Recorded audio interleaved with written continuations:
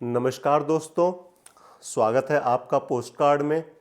मैं आपका दोस्त प्रमोद।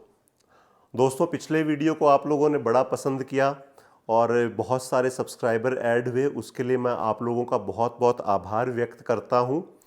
और उसके तकरीबन तकरीबन 50,000 व्यूज़ हो गए। उसका परिणाम स्वरूप ये हुआ कि एक यूट्यूबर है कैनेडियन ही, उसने उसका मोस्ट ऑफ कंटेंट कॉपी करके और अपना एक वीडियो बना लिया और अपने चैनल पे डाल दिया। चलिए, अच्छा है, कोई बुरी बात नहीं है उसमें। अगर किसी को अच्छा लगा और वो सेम वीडियो बनाना चाहता है तो अच्छी बात है। तो दोस्तों, इस वीडियो में आपके पूछे हुए सवालों का जवाब देता हूं। तो सीधा सवालों पे आते हैं। पहला सवाल बहुत सारे लोगों ने ये पूछा कि भाई हमारी उम्र जो है वो 36 साल से लेके 38 साल तक है, और कोई 42 साल, कोई 40 साल, वही मतलब 40s में ज़्यादातर लोग हैं। और उन्होंने वीडियो देखा तो उनका सवाल था कि भाई हमें आना चाहिए या नहीं आना चाहिए। तो देखिए, इसके दो चीज़ें हैं। अगर तो आपकी गवर्नमेंट जॉब है, अगर आपकी जॉब अच्छी है और आप वहाँ पे आराम से रह रहे हैं, आपकी सोशल लाइफ ठीक है, आपका घर है, तो फिर मेरे हिसाब से आपको नहीं आना चाहिए। लेकिन इसका दूसरा पहलू यह है कि कुछ लोग थोड़े से क्रेजी हैं। उनको ये है कि यार एक बार मैं जाके देखना चाहता हूँ, एक बार मैं कुछ करना चाहता हूँ, शायद मेरी सेटिंग आ जाए वहाँ पे। या पर्सनली उनको ऐसा लगता होता है कि मैं वहाँ जाके कुछ अच्छा कर सकता हूँ। तो देखिए, उसमें आपको मैं बताऊं, अगर आप लेट 30s में या अर्ली 40s में आते हैं तो अपने बच्चों को और अपनी धर्म पत्नी को साथ मत लेकर के आइए। पहले खुद आइए और यहाँ पे काम करिए। क्योंकि देखिए, अगर आप बच्चों को साथ में लेकर के आते हैं तो आपके खर्चे बहुत बढ़ जाएंगे।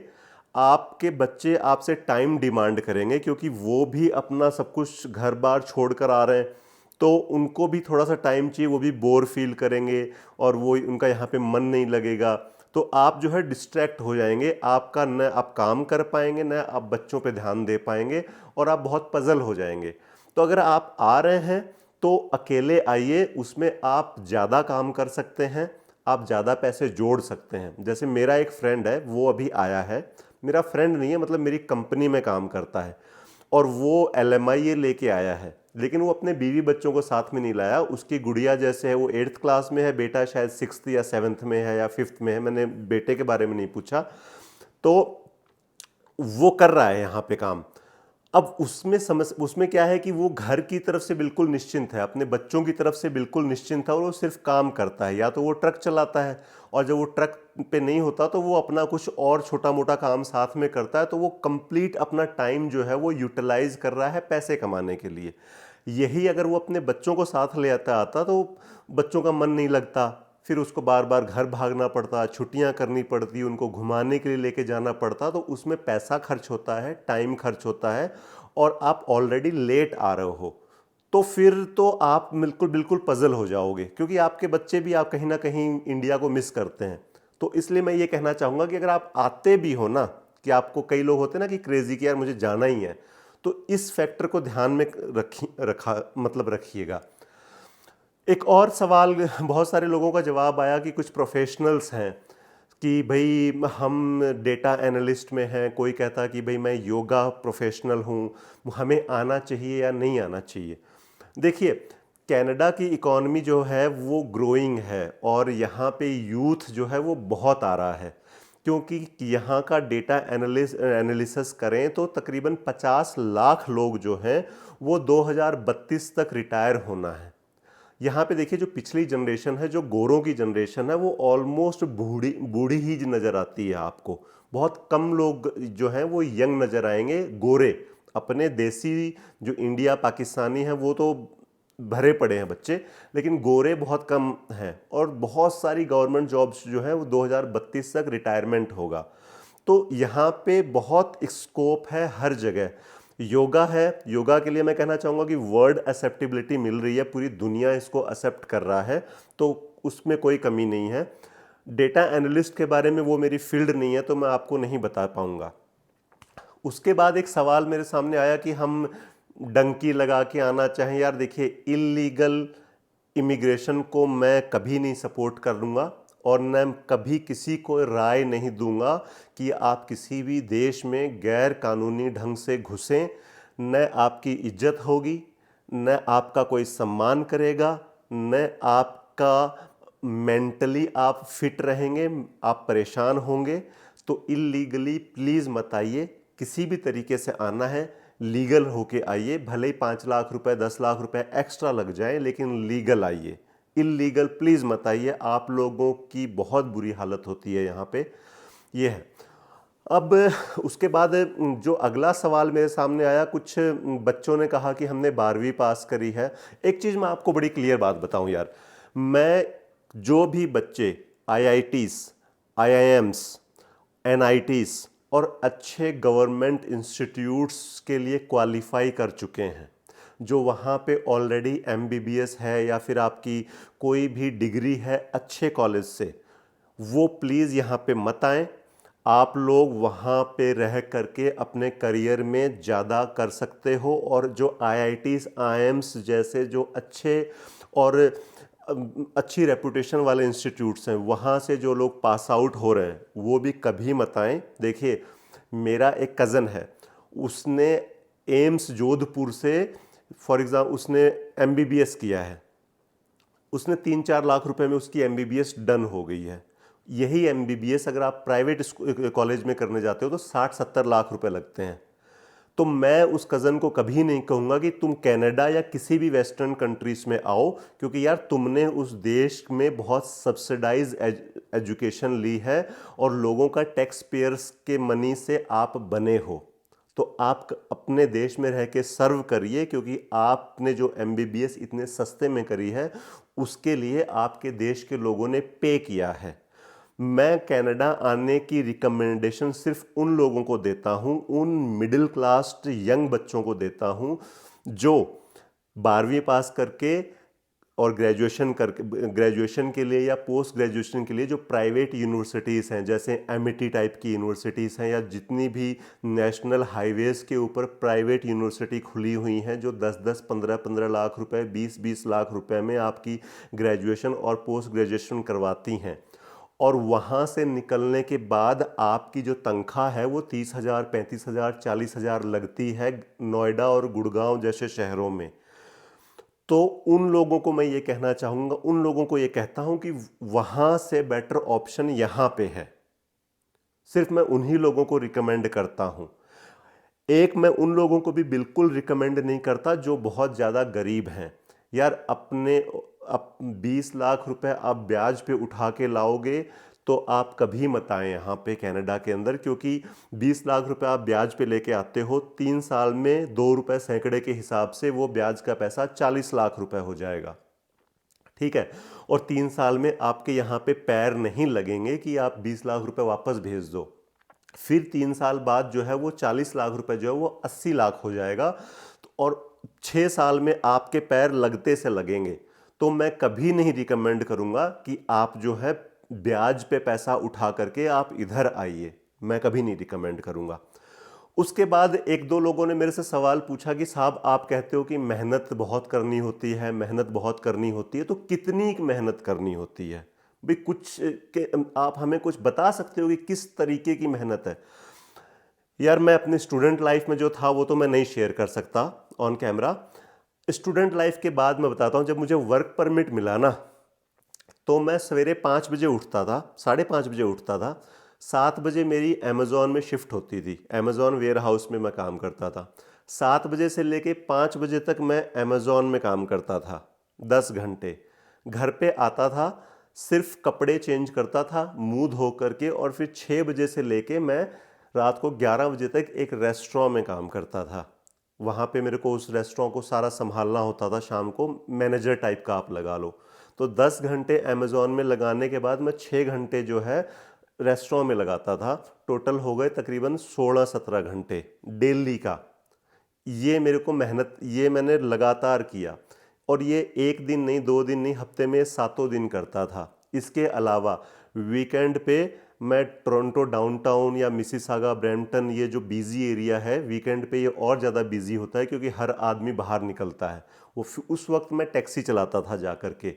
तो मतलब मैं वीक में बहुत ज़्यादा मेहनत करी है और ये कोई 1-2 साल की नहीं है। ये कंप्लीट जब से मैं आया हूँ 2016 से लेकर के और आज तक ये कंप्लीट वैसे ही चलता आ रहा है आगे से आगे। तो आपको बहुत निरंतर मेहनत करनी पड़ती है, इस लेवल तक आपको काम करना पड़ता है 16 घंटे 17 घंटे। और उसके बीच में भी आप जैसे इंडिया जाते हो, आपने मतलब मान लो कि 6 महीने अच्छे से काम कर लिया, कुछ पैसे जोड़ लिए, इंडिया जाते हो, वहाँ पे स्कॉर्पियो निकलवा करके और लोग फुकरी मारते हैं कि हाँ भाई कनाडा विदेश से बच्चा आया है, विदेश से लड़का आया है।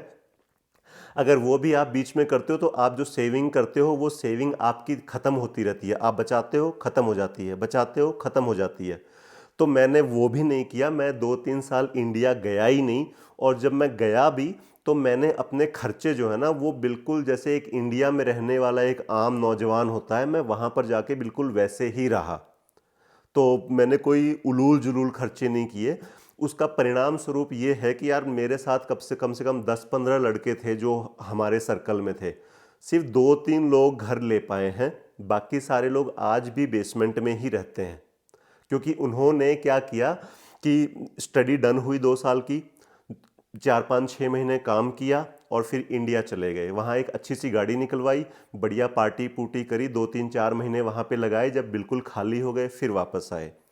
फिर 6 महीने 7 महीने बहुत मेहनत करी, पैसा जोड़ा, साल 1.5 साल, और फिर शादी कराने चले गए। और शादी भारी भरकम शादियां करी, 40-40 लाख रुपए लगा के, 50-50 लाख रुपए लगा के कि भी हाँ लड़का एनआरआई है। वही फुकरेबाजी जो फुकरापंथी लोग करते हैं, उस फुकरेबाजी में 40-40 50-50 लाख रुपए में शादियां करी। फिर खाली खाली तो हो ही गए, कर्जा भी हो गया। तो आप ऐसे करके जो है ना आपका टाइम निकलता रहता है इन फिजूल के खर्चों में। तो इन चीज़ों से बचें। उसके बाद कुछ लोगों ने मेरे को कहा कि यार हेल्थ के ऊपर वीडियो बनाओ, आप हेल्थ के बारे में बहुत सारे रूमर्स हैं। यार हेल्थ के ऊपर एक सेपरेट वीडियो बना सकता हूं मैं, और अगर आप लोगों की रिकमेंडेशन आई तो मैं बना भी दूंगा। लेकिन जिन्होंने सवाल पूछा है वो मेरा जवाब का इंतज़ार कर रहे हैं। तो मैं आपको बता दूं कि जो इमरजेंसी है जिससे आपकी ज़िंदगी आप मर सकते हो, वो सुविधाएं बहुत बेहतरीन हैं। अगर आपका रोड पे कहीं एक्सीडेंट हो जाता है और आप क्रिटिकल हालत में हो तो आपको हेलीकॉप्टर एम्बुलेंस से आपको पिक किया जाता है और आपको तुरंत नए हॉस्पिटल में भेजा जाता है। अगर आपका कहीं छोटा मोटा एक्सीडेंट हो गया कुछ इंजरीज के साथ, तो आपके पास एम्बुलेंस 10 से 15 मिनट के बीच में पहुंच सकती है, पहुंचेगी। क्योंकि अब देखिए, अगर आप शहर से या हॉस्पिटल से या जहाँ पे एम्बुलेंस सेवा है, अगर उससे आप 400 किलोमीटर दूर जाके आपका एक्सीडेंट हो गया तब तो 10 मिनट में नहीं आएगी। लेकिन अगर आपका एक्सीडेंट जहाँ भी एम्बुलेंस पहुँच सकती है, जितना जल्दी होगा उतना जल्दी पहुँचेगी। ठीक है। तो ये जो सेवाएं हैं ये बहुत बेहतरीन है। प्रेग्नेंट वुमेन्स होती हैं उनके लिए सेवाएं बहुत अच्छी हैं, उनका बहुत ध्यान रखा जाता है और उनको टाइम पे सारी इलाज और हर चीज़ मिलती है प्रेग्नेंट प्रेग्नेंट वुमेन को। और एक्सीडेंट का मैंने आपको बता दिया। तो यार ये इलाज तो बहुत बेहतरीन है। हाँ, जो इलाज में बंदे की मौत नहीं होती या जो इलाज डिले किया जा सकता है उस इलाज में वेटिंग है। फॉर एग्जाम्पल, मेरा दोस्त था, उसको रूट कैनाल करवाना था, तो रूट कैनाल में उसको टाइम लगना था और महंगा भी था। उसने क्या किया, यूएस का वीज़ा था उसके पास, उसने यूएस की तरफ से अपनी टिकट कराई, इंडिया गया, अपने माँ बाप से मिला, अपनी फैमिली से मिला और रूट कैनाल करा के वापस आ गया। तो ये जो है इनमें टाइम है। जैसे आपकी कोई सर्जरी होनी है, मान लीजिए किसी आपके घुटने में जो टकना है, टकने की हड्डी बढ़ रही है, तो उसकी सर्जरी होनी है, उसमें 6 महीने का 8 महीने का डिपेंडिंग अपॉन उसमें टाइम लगता है। लेकिन इमरजेंसी सेवाएं बहुत अच्छी हैं। ठीक है। उसके बाद एक महाशय ने मेरे से सवाल पूछा है, LGBT करके एक यहाँ पे कानून आया है, उसके बारे में। मैं इनका सवाल नहीं लेना चाहता था क्योंकि इन्होंने जो भाषा का इस्तेमाल किया वो भाषा ना बड़ी ही मतलब घटिया टाइप की थी। तो मैं इनके सवाल का जवाब नहीं देना चाहता था, लेकिन मुझे लगा कि भाई मैं थोड़ा सा विनम्रता से जवाब दूं।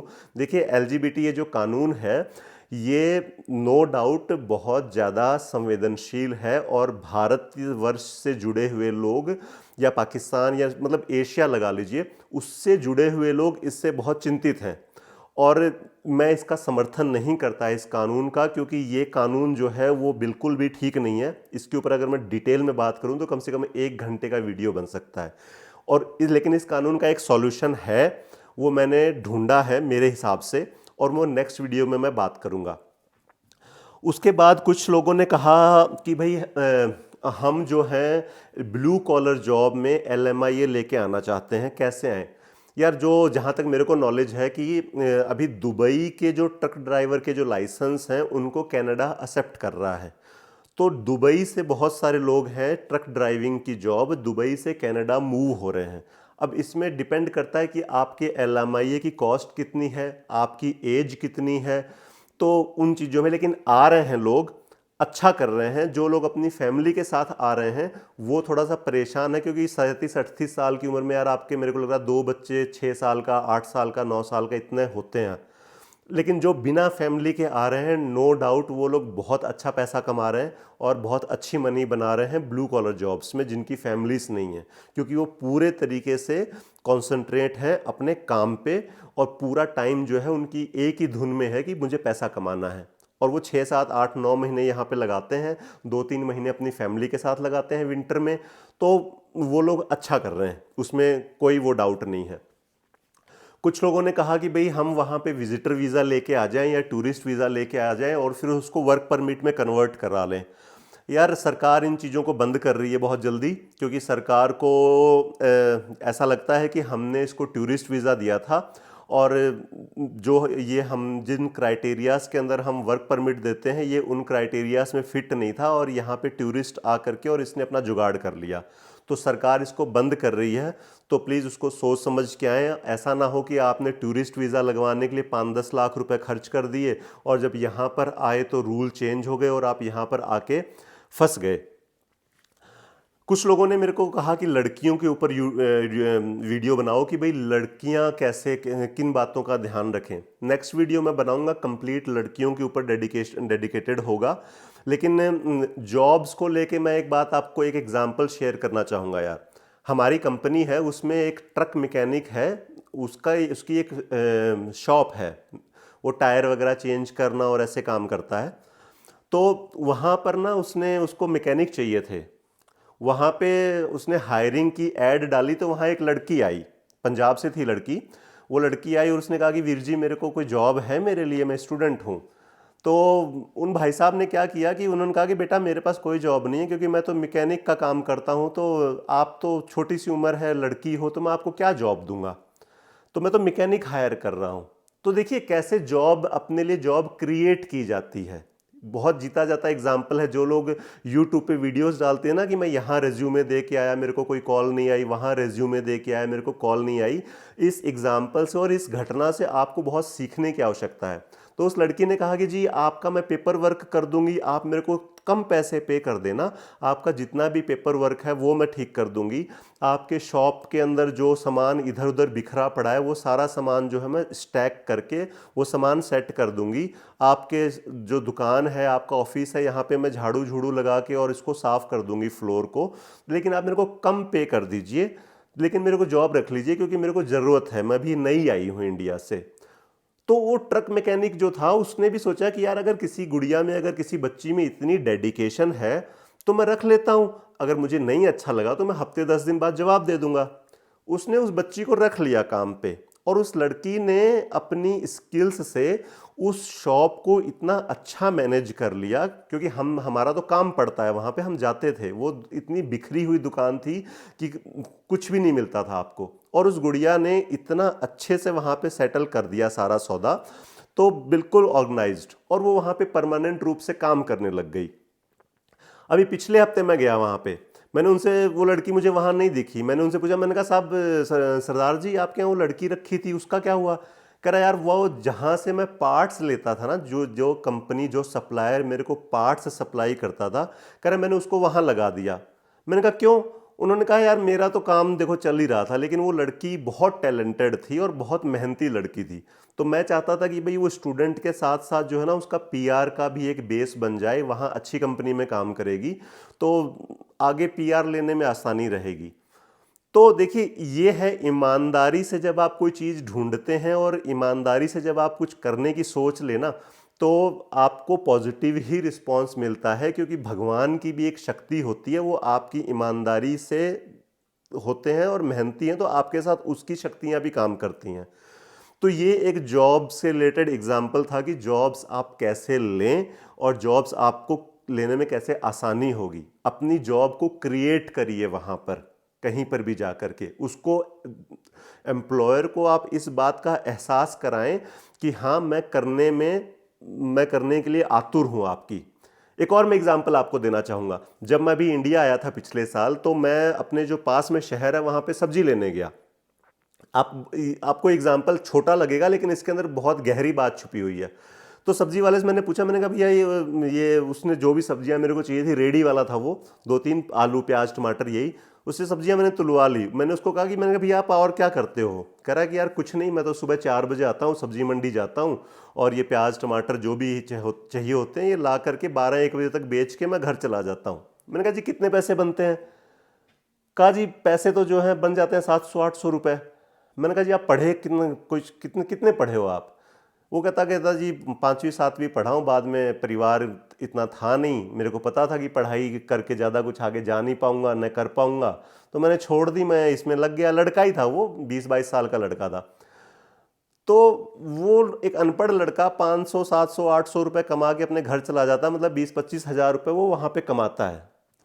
सब्जी लेकर के मैं वापस आ रहा था, गांव में घुसा। गांव में घुसते ही एक लड़का मिल गया, गाड़ी को हाथ दिया, मैंने रोक लिया क्योंकि गांव का लड़का था। कहता और भाई साहब कैसे हो, कनाडा से आए हो?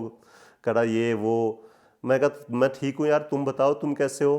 करा कुछ नहीं, बस कुछ काम धंधा तो है नहीं, फ्री हैं, अभी फाइनल ईयर हो गई है, तो ऐसा कुछ करने को है ही नहीं। फिर कहता कि यार कनाडा से आए हो, कम से कम एक बियर तो पिला दो। अब इस चीज से आप अनुमान लगाइए कि एक आदमी, अनपढ़ आदमी, 5वीं 7वीं पढ़ा हुआ, अपने कर्मों से सब्जी बेच करके अपने घर पे 20-25 हज़ार रुपए का जुगाड़ करके अपना परिवार चला रहा है। एक ग्रेजुएट आदमी, फाइनल ईयर की हुई, वो बियर मांग के पी रहा है। ये जो मानसिकता है ना, ये मानसिकता हर जगह यही है, पूरी दुनिया में सेम चीज यही है, कहीं कोई भी फर्क नहीं है। आपकी मानसिकता, आपके एफर्ट्स आपको हमेशा पे करेंगे, किसी भी दुनिया के किसी भी कोने में चले जाओ। कुछ वीडियोस वायरल हो रही हैं, उन वीडियोस के अंदर छोटे छोटे टेंट दिखा रहे हैं और दिखाया जा रहा है कि dark side of Canada, Canada के अंदर ये हाल हुआ पड़ा है। वो वीडियोस जो हैं ज़्यादातर वाटरलू की हैं। वाटरलू के अंदर होमलेस लोग रहते हैं, जो ड्रगी होते हैं, जो नशेड़ी होते हैं, वो लोग रहते हैं। कुछ वैंकूवर की हैं, वहाँ पर भी ज़्यादातर नशेड़ी लोग रहते हैं। हर एक शहर में है, दुनिया के हर एक शहर में है, क्योंकि धंधा जो है ना, किसी भी धंधे में पैसा है, वो है नशे का धंधा, ट्रैफिकिंग का धंधा, इन्हीं में पैसा है। तो वो सारे नशेड़ियों के वीडियो हैं, और वो आज से नहीं, वो 10-10 साल से वैंकूवर, वाटरलू और कैलगरी, एडमिंटन, हर एक बड़े शहर में वो हैं। उन वीडियोस का हमारे लोगों से कोई लेना देना नहीं है। हमारे लोग, एक आधा भटका हुआ नौजवान या एक आधी भटकी हुई लड़की अगर वहाँ पहुँच गई हो जो नशे की गिरफ्त में है, वो दूसरी बात है, लेकिन ऐसा कुछ नहीं है। हमारे लोगों का उनसे कोई लेना देना नहीं है। वो फेक वीडियोस हैं, वो सिर्फ व्यूज़ को लेने के लिए बनाई गई हैं। उसके बाद कुछ लोगों ने मेरे को कहा कि ये एजेंटों का दलाल है और ये एजेंटों को प्रमोट कर रहा है। एक बच्चे ने तो यहाँ तक कह दिया कि भाई ये अपना घर किराए पे चढ़ाने के लिए वीडियो बना रहा है। उनकी जानकारी के लिए मैं बता दूं कि सितंबर इनटेक में 65,000 बच्चे जो हैं वो आ चुके हैं कनाडा, और जो जनवरी इनटेक है, जो नेक्स्ट इनटेक है, वो ऑलमोस्ट फुल है। तो सबसे पहली बात यह है कि किसी भी यूट्यूबर की बात सुन करके कोई भी अपना फैसला नहीं बदलता। तो ये आप लोग अगर सोचते हैं ना कि भाई ये तो एजेंटों का दलाल है, मैंने एक वीडियो डाला है सिर्फ, और मेरे 150 सब्सक्राइबर थे उस टाइम। मैंने सिर्फ वो इसलिए डाला क्योंकि लोगों ने इतनी नेगेटिविटी फैला दी थी इस कंट्री के बारे में। तो तो आप गलत हैं भाई साहब। और 65,000 लोगों को मैं अपने घर पे किराए पे नहीं रख सकता। कनाडा के अंदर घर किराए पे देना बहुत आसान है, उसके लिए आपको यूट्यूब वीडियो बनाने की आवश्यकता नहीं है। एक और मैं आपको बताता हूं कि यूट्यूबर्स के बारे में बात करता हूं, पहले आप ये वीडियो देखिए। ਕਾਫੀ ਟਾਈਮ ਹੋ ਗਿਆ ਤੁਹਾਨੂੰ? ਅਗਸਤ ਚ ਆਈ ਸੀਗੀ। ਠੀਕ ਆ। ਸੋ ਕਾਲਜ ਕਿਹੜਾ ਸੀ? ਕੌਨਸਟੋਗਾ ਕਿਚਨ ਕੌਨਿਸਟੋਗਾ ਖਤਮ ਹੋ ਗਿਆ? ਓਕੇ, ਹੁਣ ਕੰਮ ਕਿੱਥੇ ਚੱਲ ਰਿਹਾ? ਹੁਣੇ ਹੁਣੇ ਜੇ ਮਿਲਿਆ ਆ ਸ਼ਾਪਰਸ ਡਰਗ ਮਾਰਟ। ਠੀਕ ਆ। ਤੇ ਖਰਚਾ ਕਿੰਨਾ ਕੁ ਤੁਹਾਡਾ ਕੈਨੇਡਾ ਦੇ ਵਿੱਚ? ਬਹੁਤ ਆ ਬਹੁਤ? ਐਕਸਪੈਂਸਿਵ ਵੀ ਬਹੁਤ ਆ। ਲਾਈਕ ਬੇਸਿਕ ਆ ਰੈਂਟ ਆ, ਗੱਡੀ ਵਗੈਰਾ ਹਲੇ ਹੈ ਨਹੀਂ, ਸੋ ਉਹਦਾ ਹੈ ਨਹੀਂ ਆ। ਬਾਕੀ ਗਰੋਸਰੀ ਵਗੈਰਾ ਦਾ ਵੀ ਕਾਫੀ ਆ, ਤੁਹਾਨੂੰ ਪਤਾ ਐਕਸਪੈਂਸਿਸ ਜਿੰਨੇ ਵੱਧ ਗਏ ਆ। ਔਨ ਐਂਡ ਐਵਰੇਜ ਕਿੰਨਾ ਤੁਸੀਂ ਰੈਂਟ ਪੇ ਕਰਦੇ ਹੋ, ਰੈਂਟ ਐਂਡ ਯੂਟਿਲਿਟੀਜ਼ ਮਿਲਾ ਕੇ? 450 450। ਕੁਛ ਲਾਈਕ ਤੁਸੀਂ ਸੈਪਰੇਟ ਲਿਆ ਹੋਇਆ ਜਾਂ ਕਿਦਾਂ? ਬੇਸਮੈਂਟ ਆ, ਕੁੜੀਆਂ ਰਹਿੰਦੀਆਂ, ਲਾਈਕ 3 ਬੈਡਰੂਮ ਬੇਸਮੈਂਟ ਆ। ਓਕੇ, ਠੀਕ ਉਹ ਆ। ਬੇਸਮੈਂਟ ਵੀ ਮਤਲਬ ਇੰਨੀ ਖਾਸ ਨਹੀਂ ਆ, ਫਿਰ ਵੀ ਉਹਦਾ ਇੰਨਾ ਰੈਂਟ ਦੇਣਾ ਪੈਂਦਾ। ਠੀਕ ਆ। 450 ਦਾ ਹੋ ਗਿਆ ਤੇ ਬਾਕੀ 150 ਗਰੋਸਰੀ ਦਾ ਲੱਗ ਜਾਂਦਾ ਹੋਏਗਾ? 150 ਤੋਂ ਵੱਧ ਹੀ ਲਾ ਲਓ। ਵੱਧ ਲੱਗ ਜਾਂਦਾ। ਤੇ ਹੋਰ ਬਾਕੀ ਕਿਹੜੇ ਖਰਚੇ ਹੈਗੇ ਆ? ਬਾਕੀ ਜੋ ਬੇਸਿਕ ਤੁਹਾਨੂੰ ਪਤਾ ਕੁੜੀਆਂ ਦੇ ਵਾਧੂ ਖਰਚੇ ਹੁੰਦੇ ਆ, ਏਦਾਂ ਹੀ ਉਹੀ ਸਾਰੇ, ਕੁਝ ਖਾਸ ਠੀਕ ਨਹੀਂ। ਆ। ਹਾਂਜੀ, ਬਾਕੀ ਬੱਸ ਦਾ ਹੋ ਜਾਂਦਾ ਹੋਏਗਾ ਬੱਸ ਦਾ ਬਹੁਤ ਤੇ ਖਰਚਾ ਬਾਹਰੋਂ ਹੋ ਜਾਂਦਾ ਬੱਸ ਵਾਲੇ ਨਹੀਂ ਵਧਾਤਾ ਹੁਣ ਤਾਂ। ਹਾਂ, ਹੁਣ ਇਹ ਵੀ ਵੱਧ ਗਿਆ। ਹਾਂਜੀ, ਤੇ ਕਿੰਨਾ ਕੁ 1200 ਤੋਂ 1500 ਮੰਥਲੀ ਕਿ ਜ਼ਿਆਦਾ? ਹੋ ਹੈਗਾ 1200 ਹੈਗਾ। ਤੇ ਕਮਾਈ ਕਿੰਨੀ ਹੈ? ਕਮਾਈ ਇੰਨੀ ਕੀ ਕਮਾਈ ਆ, ਬਿਕਾਜ਼ अब इस वीडियो के अंदर ये जो भाई साहब हैं, ये इन दोनों लड़कियों का इंटरव्यू ले रहे हैं। इन दोनों लड़कियों की जो जीन है, जो जीन्स इन्होंने पहनी हुई है, वो यूरोप की सबसे टॉप ब्रांड हडसन बे से खरीदी हुई जीन है। इनके जो कपड़े हैं वो बहुत शानदार हैं। इनके जो हेयर स्टाइल है वो ऐसा लग रहा है जैसे अभी पार्लर से आई हैं। और आके कैमरे पे करिए, बहुत बेरोजगारी है, काम है ही नहीं, बहुत बेरोजगारी है। आप इतने ब्रांडेड कपड़े पहने हुए हैं आपने, और आप कह रहे हो बेरोजगारी है। बेरोजगार की हालत जाके पूछो ना, उसको इतना हिल हिल के इंटरव्यू देने का में बहुत मुश्किल होती है, वो नहीं दे पाता, उसके मुंह से शब्द नहीं निकलते, क्योंकि वो अपनी ब्रेड एंड बटर के लिए, अपनी रोटी के लिए सरवाइव कर रहा होता है। दूसरा देखिए, ये यूट्यूबर इस वीडियो में कह रहा है कि आप बोलो कि मेरे 1500 खर्चा है, मेरा $1500 महीने का खर्चा है। वो लड़की कह रही है नहीं, मेरा 1500 नहीं है, मेरा $1000-1200 में अच्छा सर जाता है। यूट्यूबर कह रहा है नहीं, 1250-1500 तो होगा ही। लड़की कह रही है नहीं, मेरा 1000 ही है। तो देखिए, ये सब ट्रेंडिंग वीडियोस हैं। एक बार जब कोई वीडियो ट्रेंड करने लगती है, लोग उसके ऊपर वैसे ही बना देते हैं। मेरी पहली वीडियो थी, 50,000 व्यूज आए, उस लड़के ने उठा के वैसे ही बना दी, वो दूसरी तरफ हो गया। तो थोड़ा सा अपना कॉमन सेंस लगाएं। पूरी दुनिया जो है वो इकट्ठी चलती है। कोई ऐसा नहीं है कि एक देश में महंगाई है दूसरे में नहीं है, एक देश में महंगाई कम है दूसरे में ज़्यादा नहीं, ऐसा नहीं है। एक और सवाल का जवाब है, बहुत लोग कहते हैं कि प्रॉपर्टी बहुत महंगी है यार, 6 लाख का तो फ्लैट आता है, 1 मिलियन का घर आता है।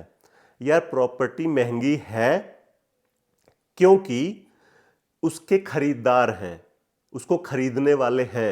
अगर कोई घर 1 मिलियन का है तो उस घर का 1 मिलियन देने को कोई तैयार है तभी तो है ना, लोगों के पास पैसा है तभी तो वो प्रॉपर्टी महंगी है ना। गुड़गांव में एक फ्लैट जो है वो करोड़, 2 करोड़, 5 करोड़, 20 करोड़ तक के आता है। वही फ्लैट राजस्थान के बीकानेर में कोई 15 लाख में भी नहीं पूछता। क्यों?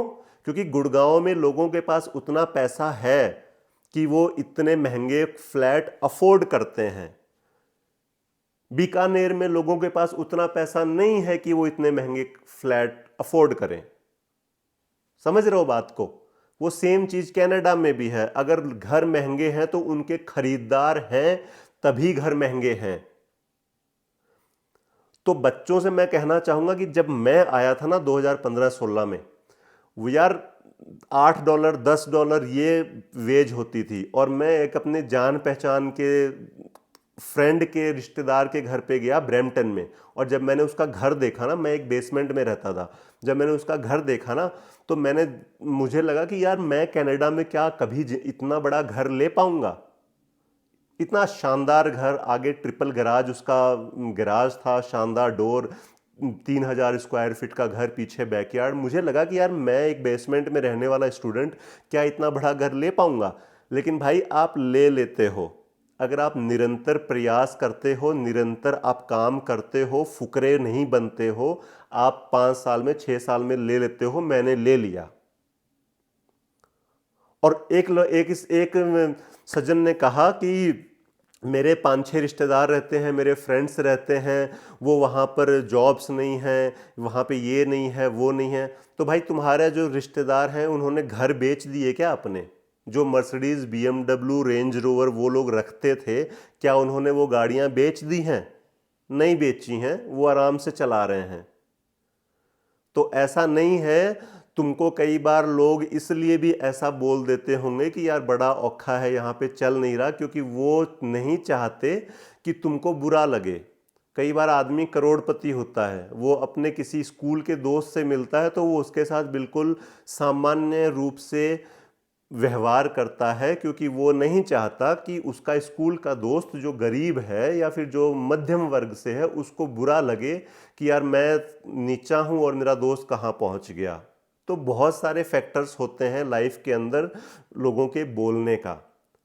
एक और चीज़ है, नए नए यूट्यूबर्स आ रहे हैं, वो अच्छा रोड का या DJI का अच्छा माइक लगाते हैं, अच्छा एक कैमरामैन साथ में होता है और कहते हैं नौकरी नहीं है। यार जो $500-600 का माइक लगा लेके आए हो ना, ये बताने के लिए नौकरी नहीं है। उन $500-600 में और 1000-1500 जोड़ते और कोई गाड़ी ले लेते पुरानी चलती हुई और उससे जाकर ना दिहाड़ी लगाते या डिलीवरियां करते तो नौकरी अपने आप मिल जाती। ठीक है, अब ये $600 माइक पे लगा दिए, लोगों को बता रहे हो जॉब्स नहीं है, कोई किसी की नहीं सुनता, जिसको जो करना है उसको करना ही है। ठीक है, तो ये कुछ आपके सवाल थे। अगर आपको अगला जो वीडियो है वो मैं ज़्यादा जॉब्स के ऊपर बनाऊंगा कि जॉब्स कैसे लेनी है, लड़कियां किन किन बातों का ध्यान रखें, स्टूडेंट जो आ रहे हैं वो किन किन बातों का ध्यान रखें, जिससे आपकी जॉब थोड़ी यहाँ पे आसानी से लग जाएगी और नॉर्मल तरीके से लग जाएगी। क्योंकि जो लोग ग्रेजुएशन करके या पोस्ट ग्रेजुएशन करके आ रहे हैं उनको तो सारी बातों का पता है, उनको तो कॉलेजेस के अंदर ट्रेनिंग मिली हुई होती है कि कैसे जॉब लेनी है। लेकिन जो 12वीं क्लास के बच्चे आ रहे हैं उनको नहीं पता कि हम कैसे भी जॉब्स लें। आपकी पर्सनल ग्रूमिंग थोड़ी सी करिए। इन सारी चीज़ों के ऊपर मैं बात करूंगा अगले वीडियो में।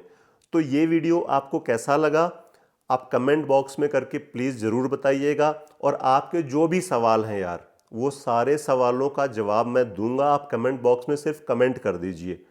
और एक मैं पूरी सीरीज़ लेके आ रहा हूँ आगे कि भाई कनाडा में स्टूडेंट कैसे आ सकता है, फैमिली कैसे आ सकती है, इन्वेस्टमेंट बेसिस पे कैसे आ सकते हैं। ये इन जितने भी कनाडा आने के रास्ते हैं, हर एक रास्ते के ऊपर मैं खुलकर बात करूंगा और बिल्कुल देसी भाषा में आपको समझाऊंगा कि कौन सा बंदा कैसे आ सकता है। तो बहुत बहुत धन्यवाद, बहुत बहुत आभार, नमस्कार, जय हिंद।